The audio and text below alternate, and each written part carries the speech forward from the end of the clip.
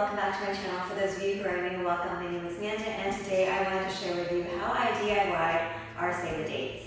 Wait, I should probably get one to show you.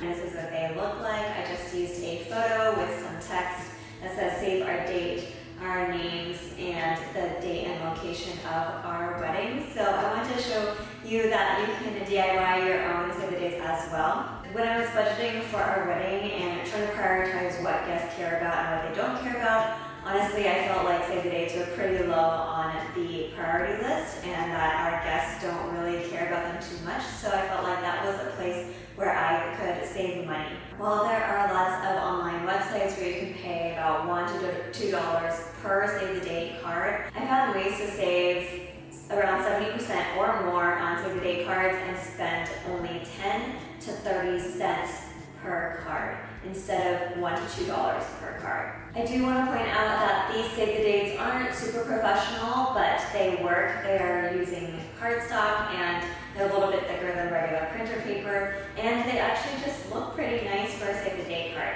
So if you're looking for something that's not super professional where you wanted to save a little bit more money, I do want to point out that these save the dates do take a bit more time. They are completely DIY, so you're designing it yourself and getting them printed, cutting them, addressing them, sending them out. So if you prefer to spend less time on these, then I would suggest using a different company to do it. But if you are a little bit craftier or you don't mind spending a little bit more time doing it this way, doing this DIY could help you spend only about $8 to $25 on 80 save the date cards, just to give you a perspective on how much 80 would cost, because that's how many I created. And so if this interests you, please continue to keep watching.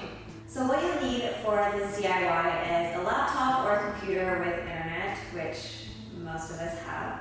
And this is to access the online design website. You'll also need an engagement photo. If you can't choose one, feel free to choose your top photos and then we'll go on from there. You'll need a print store like FedEx so that you can pick up your prints, or you can pay extra for shipping. You'll also need a paper cutter, which at my FedEx location they actually had a large paper cutter for use for free, so that would be ideal, but if not, maybe you have a paper cutter at home that you can use. You'll also need envelopes, stamps, and a pen so that you can address the envelopes. So once you have all the supplies, let me go into my laptop so I can show you all the different steps I did online. The first step is designing the save the date. So for me, because I'm a perfectionist, this took me a few different drafts and a few hours over multiple days trying to make sure I liked it, but if you're not as picky, this step could be pretty easy. So go ahead and go to canva.com. This is where you'll design the save the date. If you don't have an account, set up an account because it's free, and you don't need to upgrade or use Canva Pro for this project unless you're looking for a specific font that's not available with the free version. I already have an account, so I'm going to log in. So creating an account or logging in will take you to your home page at Canva. And as you can see, there are a ton of different design templates, and I actually use this a lot for all my YouTube thumbnails because they have an easy template to do that. They also have postcards if you prefer to do that as well, but I am choosing a custom dimension design because I want to make it a little bit smaller than a postcard. So we are going to change the dimensions to inches. Determine whether you want it vertical or horizontal and then put the measurements in there. If you want it vertical the way I'm doing it, then 4.2 inches will be the width and 5.4 inches will be the height. Or if you want it horizontal, then 5.4 inches will be the width and 4.2 inches will be the height. This may depend on the photo that you decide to choose, or you might just want to play around with both layouts to see which you like best.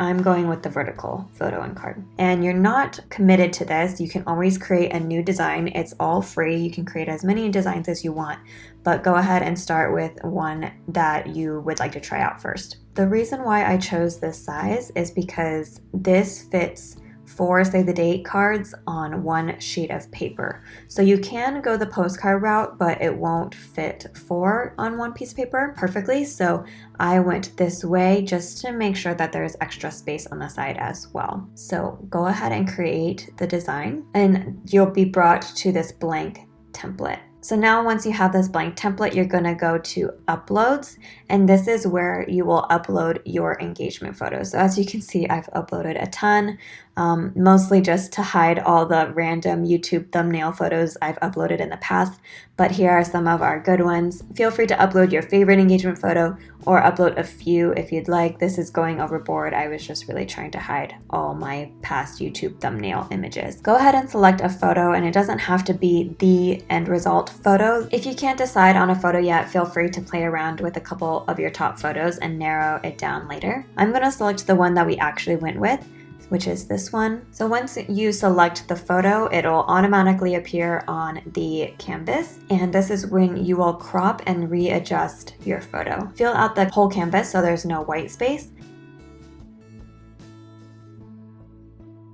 and then kind of rearrange your photo and where you would like it to fall. This can get pretty fun because you can play around with the different spaces. So I'm gonna do it a little bit differently than I did our actual save the date. Next, you want to add text. So the main things you want to include are your names, your wedding date, and the city or actual location of your venue, and the phrase save the date, save our date, or something along those lines. So go to the text on the left-hand side, and you can create a heading or a subheading. You can always change the font size later, so it doesn't really matter. I'm gonna put save our date, and you can Control A or Command A to select all, and you can choose from the different fonts that they have available. I currently have the Canva Pro or the upgraded version, but they still have a lot of nice fonts for the free version as well. So feel free to play around with that and look through the different fonts they have available. You can also search for calligraphy if you'd like, just to see the different options that they have available. I'm gonna change the font to this one. It's Playlist Script. This one's actually one of the free fonts, so you can always use that as well. And you can also increase the font here. You can also choose a custom size as well, whatever works for you. You can also change the text color, so I'm going to make it white. And then what's also cool is that you can make it a little bit transparent. So if you go all the way over here to this transparency icon, you can click that and play around and make the text a little more transparent and see-through, so you can kind of still see the photo, but you can also see the text as well. You can also click and drag the text wherever you want. There we go. Then you have to add your names, and I've seen people use their first name, their first and last, so you can decide what you feel comfortable with. And then I'm going to choose a different font for that, like this one. What's also nice is you can adjust the spacing of the text as well, so you can change the letter spacing, and if it's multiple lines, you can change the line height. There's definitely a lot of features that you can use to play around with on Canva. I'm going to make this white as well, and then I'll put it somewhere here. Make it a little bit bigger. Okay. And you kind of want to make sure it's readable. I have to make sure that the A doesn't get lost in the background because it looks too close to the same color. So you kind of have to like keep those things in mind when you're placing your text. You also want to add the full date and location or venue name. For privacy purposes, I'm not going to include the specific date or location, but you can definitely play around with it. And if the text wraps and you don't want it to, you can adjust these sides like this and make it wider. And the pink line appears so that you know when things are centered, which is really helpful. So you can also change this. You can use custom colors as well, which is kind of nice. So I'm going to kind of match the color of my dress a little bit. That a little bit transparent. All right, so there you have that. That took me about 10 minutes. You can get creative with this. So play around with where to put the text, what fonts to use. I'd also suggest Googling save the dates for layout ideas. The possibilities are really endless with this save the date design, and you can really make it whatever you want. However, if you feel like you're not really into designing and you want something very simple and you're not quite sure how to lay out the text, you can also opt for a simple white box with the text in it, because that's that's always good. So let me quickly show you how to do that. I'm going to just re-import the photo just to make it a little bit easier, and you'll want to cover this whole space, but leave the bottom of it empty. So I'm going to move the save the date text in the middle-ish, put it in white so it's a little bit easier to see. And then I have this text in the bottom, make that black, make this black. You could always make this smaller and make this smaller. And everything is centered. I'm gonna make this a little bit more opaque. And there you have it. It looks very classy. All the information is on the bottom. You can even change the font at the bottom to match an element in the save the date, like the dress again, so it has more of a cohesive feel. But this is very simple and it totally works. So if you want an easier way to go about designing this, I would say the white space is definitely a way to go. Once you're happy with the design, don't forget to rename it. It'll typically automatically change to a name of one of the text boxes that you created. So you can rename that and then make sure that the changes have been saved up here and then download it. So click download, and yours might look a little bit different because I do have the pro version, but download it as a PNG and click download. Now go back to the home page. Now you're going to create a design for a US letter document, and that could be 8.5 by 11, or you can flip it if you want it horizontal and create a custom design and make the width 11 and the height 8.5. But for me, since my design was vertical, I'm going to make the paper vertical as well. So click that. Now what you're gonna do is upload the design that you just downloaded. So click upload and import that save the date image. Once that's done, click it. And what you're going to do is you're gonna resize it to 4.2 by 5.4. And I'm not quite sure why it imports bigger than that, but then duplicate it 3 times. Place them all next to each other along 2 of the edges of the paper, so squish it to this side and also squish it at the top so that it's right up against the border. And this will make it easier when you have to cut them once they're printed. It's a little bit hard when you have the white space to know where it ends, but that is pretty much where it should be.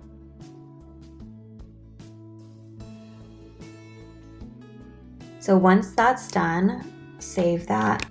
And then what you're going to do is download, and you're going to do PDF print. Okay, you can open that up. And this is what your PDF will look like, and this is what you are going to send to the print store to get printed. The next step is to order prints at a print store like FedEx. Now, I've only used FedEx for this step, so if you go with another print store, this step will vary quite a bit, but I am going to show you the steps that I took to use FedEx. Before you order, if you are using FedEx, this is an optional step, but you can save a bit if you used Rakuten, or formerly known as Ebates, for cashback. If you don't have Rakuten or Ebates, feel free to use my referral link in the description box below, but they typically offer cashback if you go to FedEx from their site. So if I click FedEx or search for FedEx up here, you'll notice that they offer up to 5% cashback if I go through this site. As you can see, they have a 15% discount code available right now on top of the 5% cashback. I am going to click Shop Now, and this will bring me directly to FedEx. If you want to skip that step, that's totally fine. Go directly to FedEx.com and then go to either the design and print up here or printing services and click Start Online Printing Order and click Start Order at the top. Then you're going to click Document Printing and then Copies and Custom Projects. So get started. Use your file. So you're going to upload the PDF of the 4 save the dates on it. Once you've uploaded it, it should automatically choose the 8.5 by 11 size. And for paper, this is where you can choose what type of paper you want. I typically choose cardstocks and specialty, and then I choose the ultra bright white card, but you can also go to professional white papers and they have an 110-pound version if you'd like. I think that'll be a little bit thicker, but I'm gonna go with the ultra bright white card, 80-pound. And then color should be full color unless you are going for the black and white, which would save you even more money actually.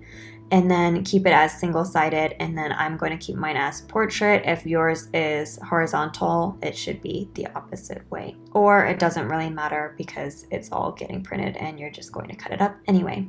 So right now, the price for this full color cardstock for 4 save the date cards is $1.24, which is just over 30 cents per card when you divide it by 4. So for this step, I would suggest ordering just one first, just to make sure you like the quality. So this does require 2 trips to FedEx unless you trust it enough to order it all at the same time once.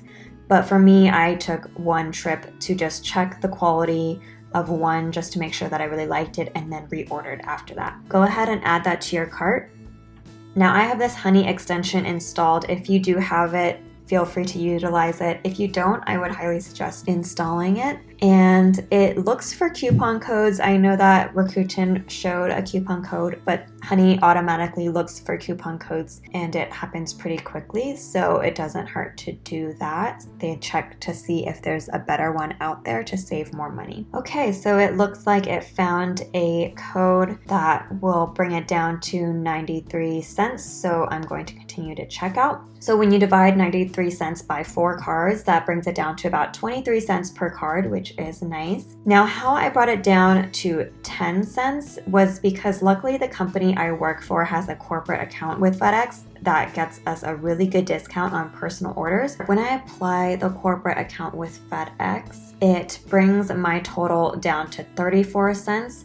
So divide that by 4 save the dates and it's just under 9 cents per card. So it doesn't hurt to check if your company has an account to share, but regardless, without it, each save the date comes out to about 30 cents or under with coupon or corporate codes. Now when you check out, you can either proceed as guest or you can create or log into your account. When you check out, select in-store pickup, or if you'd like to deliver, then feel free to add a shipping address. Now it's time to pick up and cut the save the dates. Once I picked up the prints, my FedEx location has a large paper cutter available for use for free, so I cut my save the dates there. You can call to make sure your location has one or use a paper cutter at home. Just keep in mind if you choose a thicker cardstock, it might be harder to cut with a small craft cutter. So this is footage from when I actually cut my real save the date, so that's why the save the date looks different. I created the design earlier in this video just for demo purposes. I'm not sure why, but FedEx adds a white border along the whole print, so there's extra white space that you have to cut. Let me know if you have tips on how to avoid the extra white space, since I couldn't figure out how to get FedEx to print my PDF exactly as it looks online. Anyway, it adds up to about 7 cuts per paper, 4 cuts along the edges, and then 3 cuts to separate the 4 cards from each other. Take your time with this since your images are all next to each other and you want to try not to accidentally cut into another card. And try using the paper cutter as a guide. Once you get the hang of it, it gets easier though. I would say this took me about 20 to 30 minutes to cut all 20 sheets to get me to 80 save the date cards. If this is your test print and you're happy with it, feel free to do the same exact steps and order as many as you need. Remember, there are 4 to each piece of paper, so divide the number of save the dates by 4 to get how many pieces of paper you need to order. For example, if I need 80 save the dates, divide it by 4, and that means I only needed to order 20 copies. Last but not least are the envelopes and addressing. First off, for envelopes, I ordered a pack of envelopes. This pack of 100 are 4.375 inches by 5.75 inches, so this worked out perfectly for me. Next, for addressing, I'm not gonna lie, this is the time-consuming and old-fashioned part, but if you have your own address labels or stamps, or can print address labels, that would probably save some time. Otherwise, get out a nice pen and hand address all of them like I did. And don't forget to add a stamp before mailing them out. In the end, I only spent about $8 instead of $80+ on our save the dates, so I'm really happy about that because that's practically the cost of a bridesmaid's dress, so I'm happy that I saved that money, and it was kind of fun for me to do. So obviously this isn't for everyone, but I really hope this helped you and just showed you how I DIY'd our Save the Dates and saved a bit more money. So don't forget to thumbs up if this video helped you, and don't forget to subscribe for more DIYs or running videos. I hope to see you in the next one. Thank you so much for watching. Bye.